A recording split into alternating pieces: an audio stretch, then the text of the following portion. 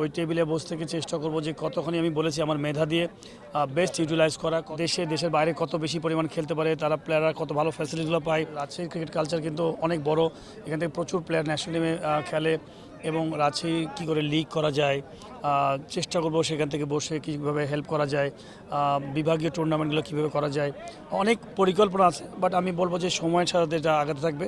But আমি আগেই বলতে চাই না যে অনেক কিছু বললাম, বাট আমার কাছে মনে হয় যে করাটা খুব ইম্পর্টেন্ট। তো বেশি বলার চাইতে আমার মনে হয় ইমপ্লিমেন্ট করাটা খুবই ইম্পর্টেন্ট। তো যে ক্রিকেট বোর্ডটা আমরা পেয়েছি আশা করি অনেক ভালো ভালো ইয়াং সিনিয়র অনেক ম্যাচিওর মানুষ আছে, সবাইকে সমন্বয়ে একটা পরিবারের মতো আমরা বাংলাদেশের ক্রিকেটে ছড়াতে চাই। কেবল তো আমি ওই দায়িত্বে আসছি, আমার মনে হয় যে সবে মাত্র 4-5 দিন সময় গেছে, 3-4 দিন সময় গেছে, তো আমার মনে হয় একটু সময় লাগবে।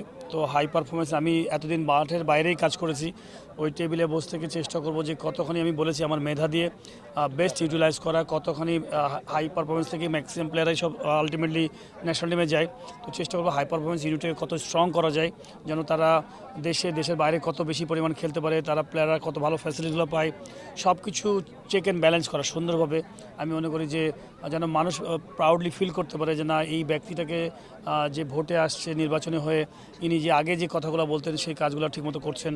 তো আমি আশা করি আপনাদের সবার দোয়া ভালোবাসা থাকলে ইনশাল্লাহ আমি শিওর যে আমরা সুন্দর ক্রীড়াঙ্গনকে জায়গা তুলতে পারবো।